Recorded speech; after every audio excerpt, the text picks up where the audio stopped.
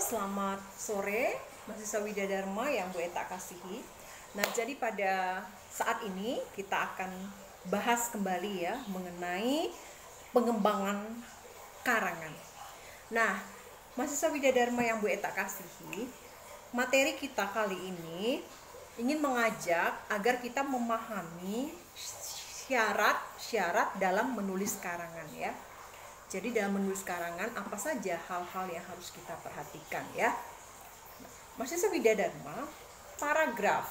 Paragraf adalah hal yang paling penting ketika kita menulis karangan. Apa itu paragraf? Paragraf adalah salah satu bahasa yang terdiri atas beberapa kalimat yang saling berhubungan ya, satu dengan yang lainnya. Kalimat yang membangun sebuah paragraf dapat diklasifikasikan menjadi dua jenis, yaitu kalimat topik atau kalimat utama dan kalimat penjelas. Jadi tidak mungkin kalau kita menulis paragraf tidak ada kalimat utama, tidak ada kalimat penjelas.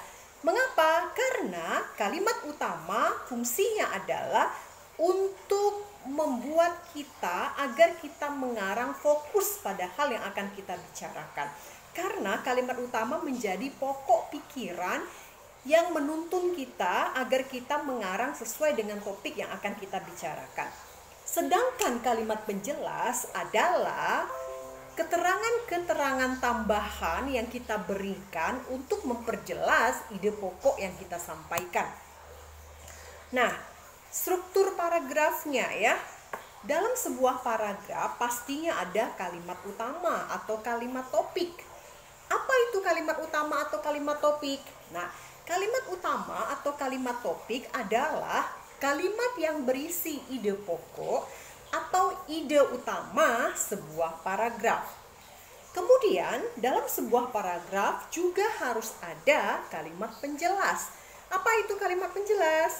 Kalimat penjelas adalah kalimat yang berfungsi menjelaskan atau mendukung ide utama dalam sebuah paragraf.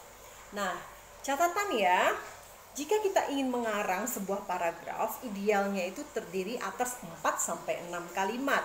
Mengapa tidak boleh terlalu panjang? Supaya pembaca tidak bosan dan tidak bertele-tele isi paragraf yang kita tulis ya.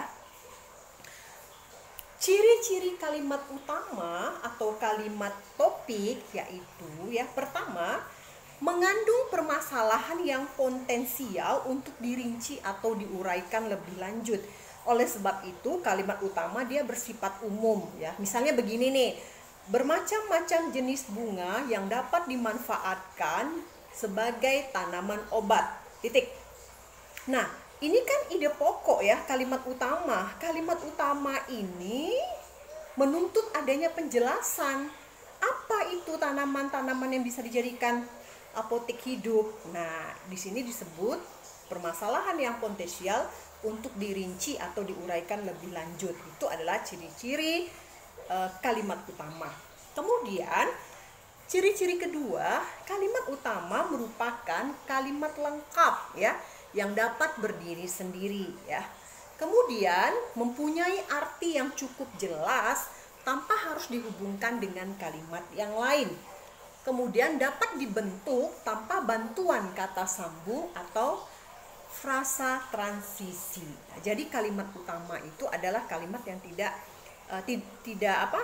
tidak menimbulkan pertanyaan, tapi dia bisa berdiri sendiri ya. Misalnya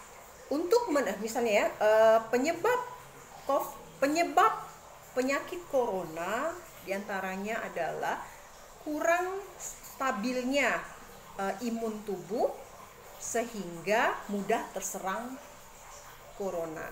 Itu kan merupakan kalimat utama. Kenapa? Karena kalimatnya sudah utuh ya, tidak menimbulkan pertanyaan. Jika ingin ditambahkan kalimat penjelas juga boleh. Tapi apabila tidak ditambahkan dengan kalimat penjelas juga tidak masalah karena tidak menimbulkan pertanyaan kembali ya. Kemudian ciri-ciri kalimat penjelas, nah itu tadi ya, kalimat utama di kalimat pertama misalnya ya. Kalimat penjelasnya di kalimat kedua, ketiga, keempat, dan kelima ya. Apa ciri-ciri kalimat penjelas? Pertama, umumnya dia berupa kalimat yang tidak dapat berdiri sendiri. Ya udah pasti ya, kalau kalimat penjelas dia tidak dapat berdiri sendiri, harus ada sebabnya apa, akibatnya apa, ya kan, dampaknya apa, dampak negatifnya apa, positifnya apa, yaitu adalah kalimat penjelas ya.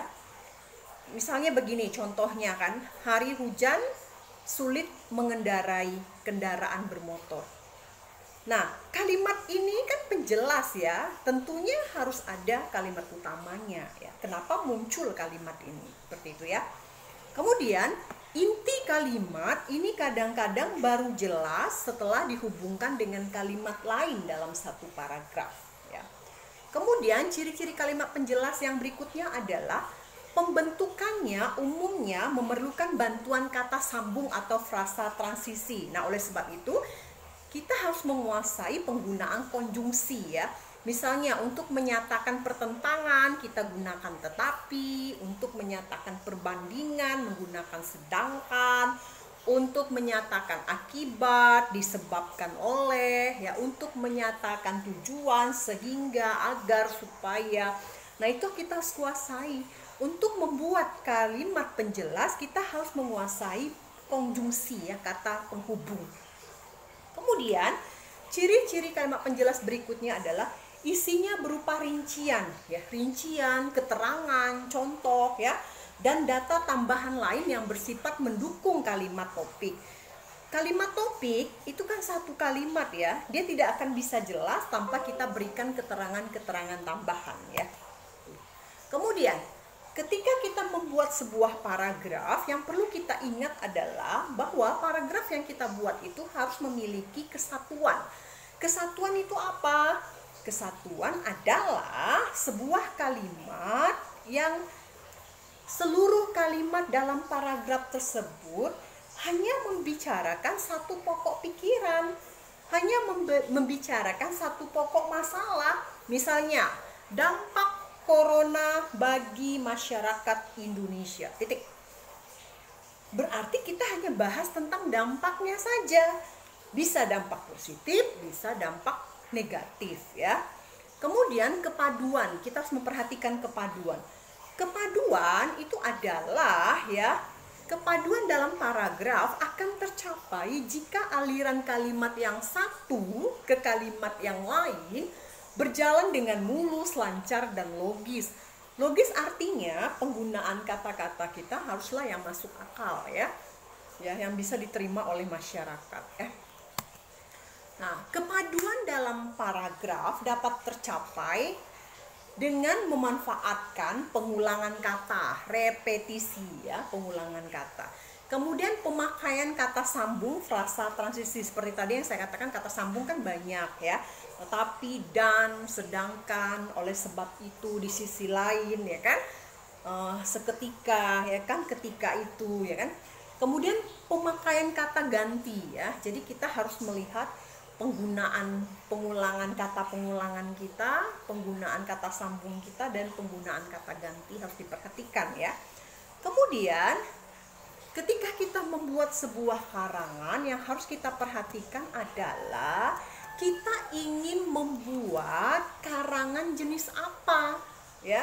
Apakah kita ingin membuat karangan jenis berbentuk deskripsi, narasi, persuasi, eksposisi, argumentasi. Nah, kita harus tahu dulu ya, tujuan kita menulis paragraf ini adalah untuk apa ya. Kalau kita tujuannya untuk mempengaruhi orang supaya orang melakukan sesuatu, maka kita menggunakan jenis paragraf persuasi. Tetapi jika kita hanya ingin bercerita tentang pengalaman hidup kita ya, berarti kita menggunakan narasi. Kemudian kita ingin menulis paragraf yang isinya ingin menyampaikan ide pendapat kita yang disertai dengan bukti-bukti, berarti kita menggunakan paragraf argumentasi. Kemudian apabila kita ingin menggambarkan suatu hal seolah-olah orang bisa merasakan, melihat apa yang kita sampaikan, itu berarti kita menggunakan jenis paragraf deskripsi. Nah, ketika kita membuat sebuah paragraf, kita harus tahu dulu ya konsep dalam menulis sebuah paragraf. Demikian ya yang bisa saya sampaikan. Nanti kita akan bahas lebih dalam lagi tentang bagaimana cara kita menulis sebuah paragraf. Oke, sampai di sini dulu. Sampai jumpa. Salam sehat. Sampai ketemu lagi. Selamat sore.